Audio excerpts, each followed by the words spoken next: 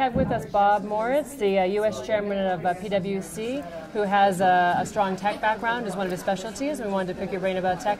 If you're looking ahead to 2014, what do you see as some of the big potential sort of surprises or disruptors this year in that space? I think there's a few things that are out there that are pretty important. Number one is cybersecurity.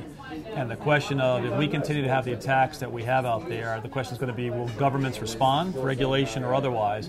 And I think the big question is going to be, is this going to be a worldwide response or is this going to be a siloed governmental response? And how corporates and the technology companies react to that is going to be really important for us to watch as it gets into data privacy issues, controls and procedures and the like. The second thing I would be focused on is looking at the tech companies and how they continue to expand in their own ecosystems. Google's acquisition going into now thermostats is an interesting phenomenon in terms of gaining more data around customer experiences and what they ultimately do with that. So now you can see other tech companies in that same space maybe expanding their horizons in terms of what is it we need to tap into that maybe allows us to gain more access, maybe more monitoring capability and the like around whatever. And so I think that'll be an interesting phenomenon to watch for the tech companies. The third thing I think is a slow burn, but nonetheless important, which is for the consumer-driven organizations, healthcare companies, a little bit on the R&C side perhaps, really allowing for their business models to change and be changed from a data-driven business model perspective as opposed to a person model perspective. And as we see many organizations doing that fairly well, I think the question is going to be how many more now jump into that. And the big issue we found with our own CEO survey is literally 86% of the CEOs around the world said technology is going to be the biggest driver no matter what sector you're in. The challenge is they would say they're not comfortable because it's moving so fast, so how do I keep pace?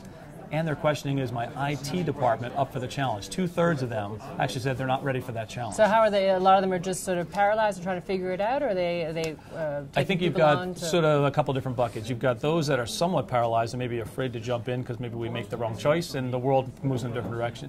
You've got others that are very focused on it and are riding that curve and actually will come out as being a winner.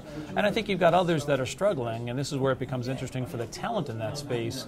And another stat I would give you is CEOs would say at a record high level, I don't have the talent to manage my strategy and achieve my objectives. And a lot of it is in that space in terms of do I have the right resources necessary to think about changing business models enabled by technology and the technologists to do it. Yeah.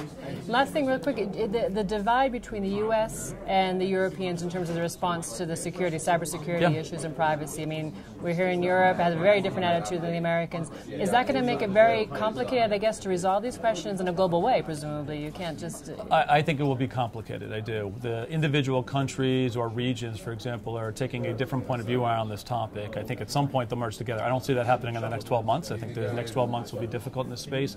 And as tech companies and corporates try to manage their way through this complexity, it's going to be difficult for them. And you probably get a lot of hybrid solutions as a result. Great. Thank you very much for your time.